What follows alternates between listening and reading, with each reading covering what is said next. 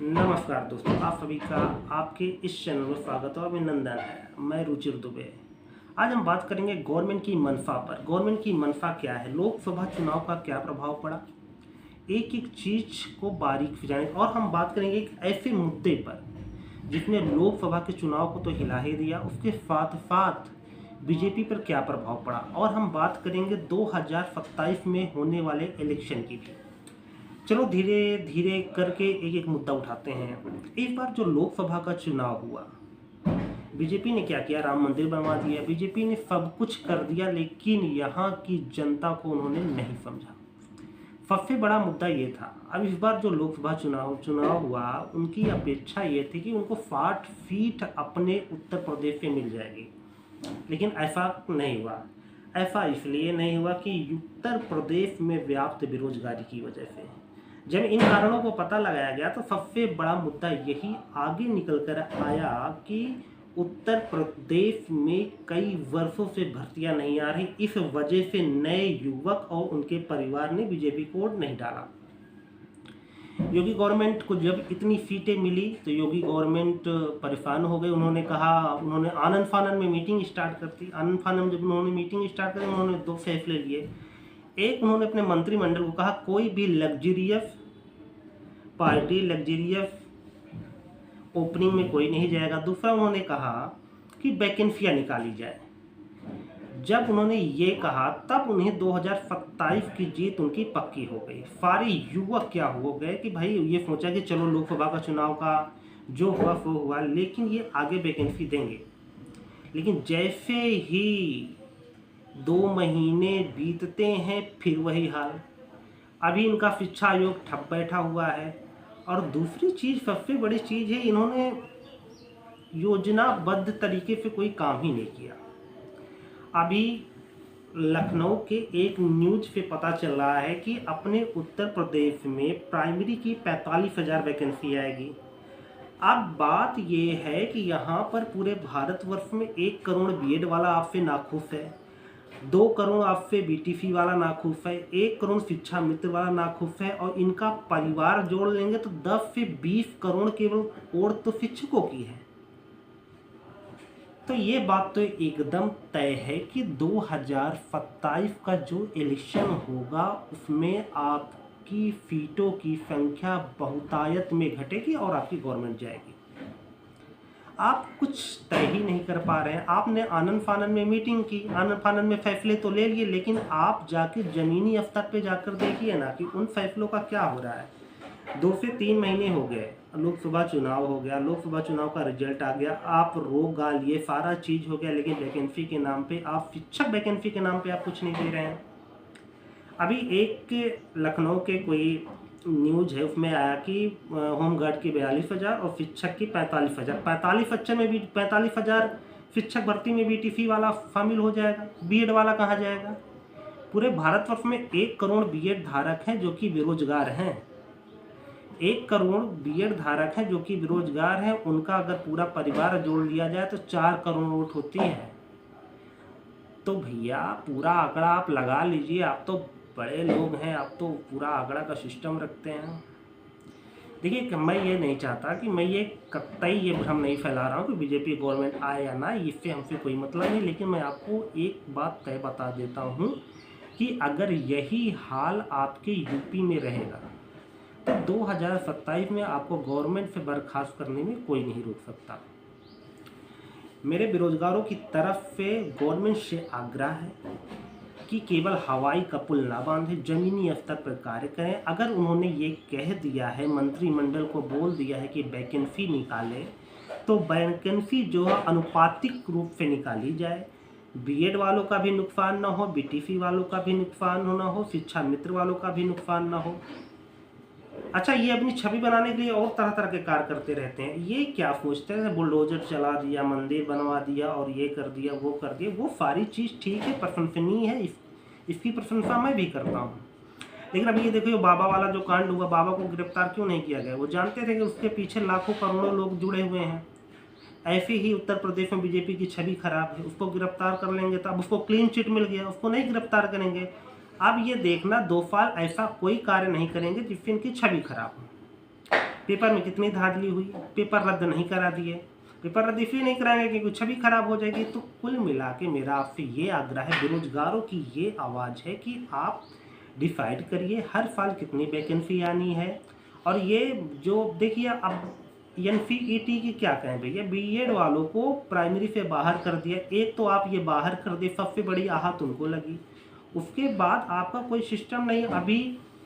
अभी मान लीजिए आप पीआरटी के लिए वैकेंसी दे देंगे 50,000, तो बीएड वाले कहाँ जाएंगे? उनके लिए भी तो उसी अनुपातिक में भर्ती आनी चाहिए।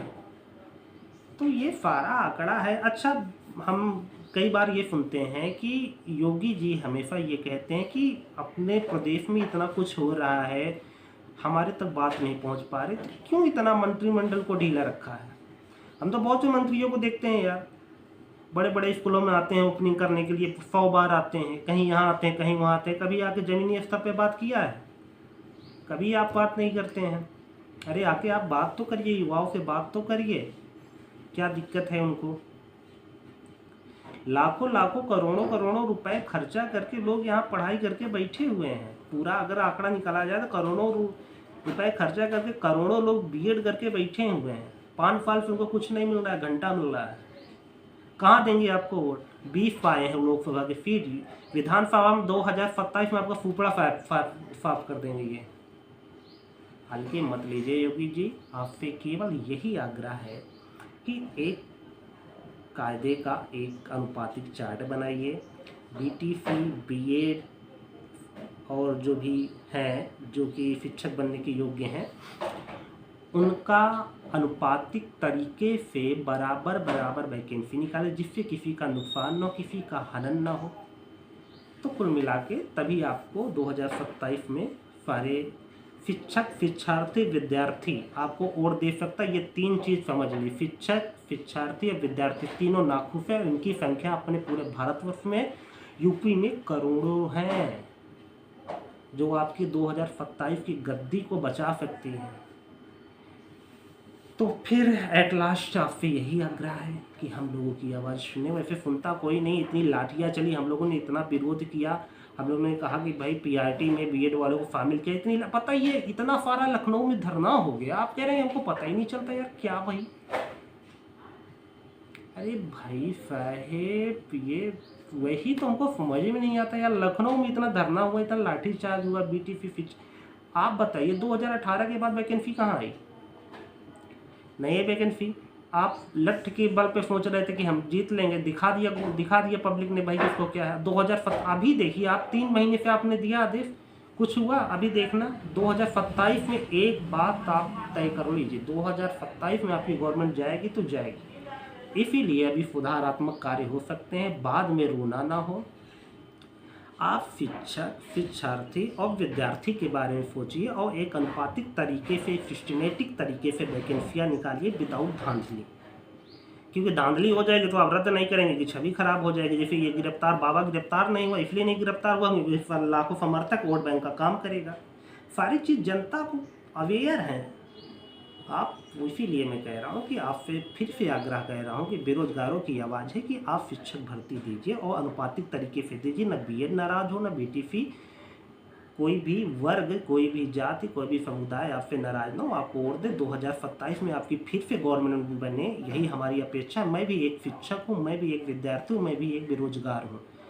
तो I like Aditya Yogi Nath, but थोड़ा सा देखिए, क्योंकि है ये व्याप्त है, ये मेरी आवाज़ नहीं है, बेरोजगारों की आवाज़ है। ये सारी चीज़ें व्याप्त है, पूरा पब्लिक, पूरा दुनिया, सारी चीज़ आप करवा दिए हैं। आप बहुत अच्छी अच्छी चीज़ें करवा दी, लेकिन सारा पब्लिक, सारा दुनिया क्या है, बेरोजगारी पे बात कर रहा है।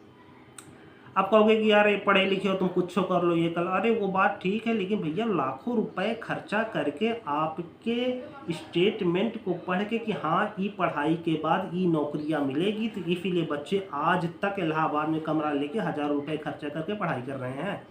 सारा बंद करवा दीजिए, प्राइवेट सेक्टर करवा दीजिए, सब कर लेंगे 15-15, 20-20 हज़ार की नौकरी। सारा सिस्टम पकौड़ा बेचने से नहीं हल हो जाएगा। थोड़ा सा अपने मंत्रिमंडल को समझाइए, और अगर नहीं समझा पा रहे हैं तो वो गांव में भेजें, 1-2-4 हमारे जैसे लोग मिल जाएंगे जो कि आपको सरल भाषा में समझा देंगे कि ज़मीनी स्तर की प्रॉब्लम क्या है, घर कैसे चलेगा। हजारों रुपए खर्चा करने के बाद एक युवक गवर्नमेंट नौकरी की मांग कर रहा है। ये सारी समस्याएं आपको समझ में आनी चाहिए। ये सारी चीज़ समझ लीजिए। फिर से आपसे आग्रह है कि नौकरी के नाम पे आंखों में धूल ना झोंकी जाए। जो चीज़ लिखित रूप में कही जाए वो चीज़ कराई जाए। और यहाँ पे ये सिस्टम ये है ना सर कि सबसे बड़ा सिस्टम ये है कि देखिए, हमको तो बड़ा हैरानी ये होती है कि जब आप ये कहते हैं कि यार यहाँ ये हो गया, हमको पता ही नहीं। मतलब भाई कितने बार विज्ञापन दिया गया लखनऊ में जाकर, कितने बार धरना किया गया, बताइए आप सोचिए ना सर, कितना बड़ा आंकड़ा है ये। शिक्षक विभाग कितना बड़ा आंकड़ा है। और सबसे बड़ा मुद्दा, अगर आप लोकसभा चुनाव में अगर 20, 22, 25 सीट जो पाते हैं, आप जाके पता कर लीजिएगा। चाहे अयोध्या की बात बता दो, कहे अयोध्या में पढ़े लिखे बच्चे नहीं है, रोजगार नहीं चाहिए उनको, यहाँ के रोजगार नहीं चाहिए उनको। आप पूरा आंकड़ा जाकर पता कर लीजिएगा साहब। सारा आंकड़ा यही बेरोजगारी का है। फिर भी गवर्नमेंट पता नहीं क्या कर रही है। तो ये जन की आवाज़ है, ये हमारी आवाज़ है, ये आपकी आवाज़ है। आपसे केवल आग्रह है, केवल हाथ जोड़कर हम लोग आग्रह ही कर सकते हैं। और 2027 में मौका मिलेगा तो फिर लोकसभा का चुनाव में जैसा हाल हुआ है 2027 में होगा। इसलिए सुधारात्मक कार्य करते हुए हम लोगों को मौका दिया जाए भर्ती में बैठने का, परीक्षा देने का और अपने परिवार, अपने गाँव, अपने समाज की स्थिति सुधारने का। वीडियो अच्छी लगी है तो लाइक, शेयर, सब्सक्राइब और इस वीडियो को शेयर कीजिए और साहिब के पास पहुंचा दीजिए। साहिब के पास अगर पहुंचेगी तो शायद हम लोगों का दुख दर्द जानेंगे। और मुझे किसी पार्टी विशेष से कोई मतलब नहीं है। मुझे रोजगार से मतलब है, मुझे अपने भाईजनों से मतलब है, मुझे समाज से मतलब है, मुझे मैं भारत देश का निवासी हूँ, मुझे I am India, yes I am India. So video अच्छी लगी हो तो लाइक, शेयर, सब्सक्राइब और जय हिंद, जय भारत।